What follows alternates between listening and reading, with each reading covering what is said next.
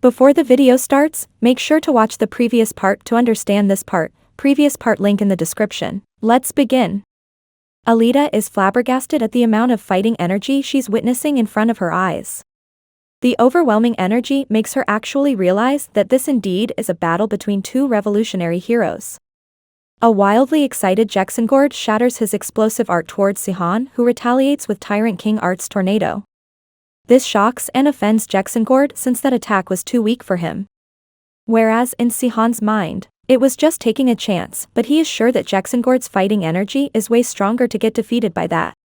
Both of them get into an intense combat with attacking each other with their skills and fighting energy. Ironically enough, Jacksongord's actually enjoying it all since it's after 11 years that he's had a proper match with Sihan, and it's been almost that long since he felt this level of thrill during a fight. This kind of pisses Sihan off since Jacksongord seems so composed even in such a situation, so he mocks it, blaming it over Jacksongord's lack of using brain. Jacksongord replies back with not considering any such thing because having Sung Sihan as his opponent would make the perfect battle to mark the end of his life. Jacksongord thinks how 10 years ago, all the revolutionary heroes came together to think of the way to get rid of Sihan, but failed, so it's obvious what the result would be if he fights Sihan alone. He's sure that it's gonna be his last fight, so he's not aiming to win but to give his best so to not be embarrassed about this last battle. Jacksongord again tries to strike Sihan, which he defends, but Jacksongord notices something off about the scenario. Jacksongord strikes again and then he finally stalls, baffled. He questions Sihan why hasn't he been using his fighting energy steel against him. Sihan seems mentally frustrated about the situation. Fighting energy steel is a skill used by sword hires above transcendent rank, producing a stronger and purer form of formless fighting energy as a defense technique. Jacksongord mentions remembering his fighting energy steel's vision very vividly, and he knows it's not there and Sihan has only been deflecting his attacks. He adds how it does not seem that Sihan is willingly suppressing his skills and pretending to be weak, so he throws ahead the question that has really been intriguing him: whether Sihan has truly become weak. Sihan seems a bit troubled for a moment, but then composes himself, sighing and questioning if Jacksongord interrogates every opponent of his like that. He then decides to come clean to the simple-minded enemy of his. He tells Jacksongord that the energies he knows from 10 years back no longer exist, since he spent them in efforts of coming back to Terranor. Jacksongord digests all this and then gets even more furious, questioning Sihan's audacity to come to him for revenge if he's not as strong anymore. This surprises Sihan, who's suddenly showered with Jacksongord's attacks. He has a hard time defending himself, while Jacksongord now enjoys the turn of events even more since his energy was of no match to Sihan back then, but now seeing Sihan's all efforts in front of him, he knows he can fight it. He tells Sihan that he thought this was gonna be his last battle, but now he'll be sure that Sihan is the one to die. Sihan fights back, telling Jacksongord that even though weaker, he's still strong enough to kill him since he knows all the tricks up Jacksongord's sleeve. But Jacksongord's not having it anymore. He strikes at Sihan again, questioning his plans with this little of energy. Jacksongord uses his ultimate battle seal of hand if giant against Sihan, startling Sihan and confirming to Jacksongord that indeed Sihan has become so weak that he didn't retaliate with his own battle seal. A baffled Sihan is unable to dodge the seal once again and ends up getting into the fist of the giant hand. Jacksongord looks down on Sihan with pity since nobody ever would have expected Sihan to be in such a situation. Sihan mocks Jacksongord of not having any doubts about killing him, surprising him. He finally voices out his curiosity about the events of 10 years ago with all his pent-up anger. He confronts Jacksongord on when all his friends decided to betray him. Why did they just send him back and not kill him? Also, quick reminder as we are going through the recap, if you are new to the channel, around 52% of viewers are watching, are not already subscribed, and if that's you and you want to guarantee you're always up to date with all good content like this, so feel free to hit that subscribe button and join us on the road to 1 million subs. And if you enjoy the video or if you found it interesting, let me know by dropping a like and comment on it as well, would be seriously appreciated. Let's continue. This question has been bothering Sihan since the past 10 years. They could have easily killed him if a dagger had stabbed and pushed him into the dimensional portal rather than Lavinashand, since he was completely defenseless in the portal. So he questions Jacksongord once again on why did they not do that and send him back safe and sound. Was it because of some guilt for betraying or any other reason? Jacksongord seems conflicted but nevertheless decides to share the real reason since he's going to be killing Sehon after it anyway. He tells Sehon that he indeed wanted to kill him back then, but 3 of them were hypocrites enough to say that they are willing to betray Sehon, but they don't want to kill him and they wouldn't tolerate it or be in support of the rest if the plan involves killing Sehon. Trying to make it clear to Sehon, he tells them that those 3 were willing to backstab Sehon for their own benefits, but didn't want to give a guilty conscience of murdering him.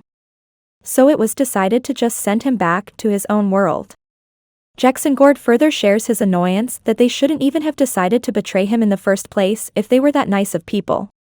He confidently calls himself different in that aspect since he decided to openly betray Sehon completely to be the king, which wouldn't have been possible for him if Sehon had stayed in Terranor. He refused to deny any of it or not take the blame of it and openly confesses to Sehon of being a traitor, without any regret of the choices that he made back then. He says he is a traitor but not a coward to not accept it. Sehon listens to all this patiently only to grin evilly moments later. He laughs at the idiocy of Jacksongord to be saying those words so confidently, but those words are what make him a coward actually. This obviously confuses Jacksongord, but Sehon mocks him for deciding to live by acknowledging all his crimes, which is the biggest act of a coward and a bastard, thinking openly accepting all his dirty deeds makes him better. This infuriates Jacksongord to no end, who tells Sehon to keep blabbing about all this since he's gonna kill him anyways. Jacksongord moves ahead to attack Sehon one final time, not expecting Sehon to break free from the seal and retaliate the attack since he now knows the truth from 10 years back. Jacksongord is left speechless at the sight of Sehon not being so weak after all. He has a hard time recovering from the shock while Sehon, with a dark expression, tells Jacksongord that his act of being weak and desperate helped him confirm that Jacksongord did not get any stronger in the past 10 years and has the same strengths and weaknesses as before. He keeps mocking Jacksongord over this while Jacksongord clenches his teeth in anger and annoyance. Jacksongord screams in annoyance for Sehon tricking him while Sehon keeps looking down at him for falling for this trick. He questions Jacksongord why did he not question the situation at all. Someone who spent 10 years trying to come back and get revenge would obviously have something up his sleeve, and not be as weak as he seemed to be. Jacksongord feels embarrassed and humiliated at the situation, which he vents out in form of attacking Sehon, with a great deal of his fighting energy. Sehon dodges it and retaliates Jacksongord's attacks with his own skills. He uses his heavenly wave, to which Jacksongord clenches his teeth. Since a while back it seemed that Sehon couldn't come close to those past skills of his, but Sehon is composed mentally attacking Jacksongord, with insults alongside physical attacks. They both get indulged in another series of back and forth attacks. The only spectator of this powerful battle, Alita, just stands there stunned and pale at the sight of all the power.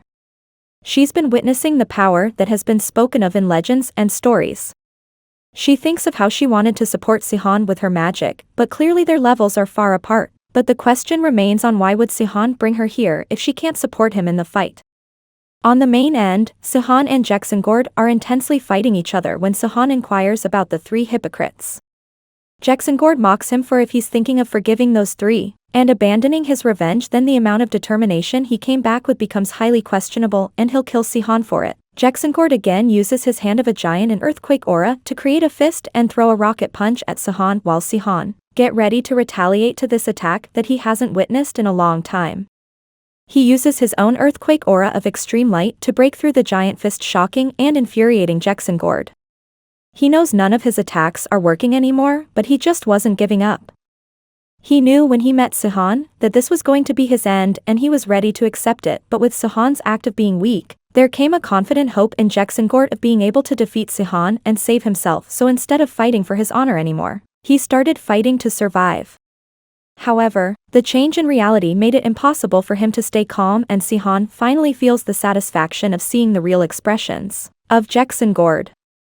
This angers Jacksongord even more, who exclaims it was better to kill him back then, but Sehon is done with it. He's gotten his answers and he's gotten the satisfaction, so he finally strikes Jacksongord with his Heavenly Waves meteor shower, aiming right at his chest. Jacksongord gets a pretty terrible blow with Sehon's attack and wonders if it's the end for him, but realizes it wasn't strong enough to kill him. Even in a pathetic state, Gord mocks Seo for getting weaker and not being able to kill him with that sky-breaking art, but Seo is unbothered. He has his own question for Gord.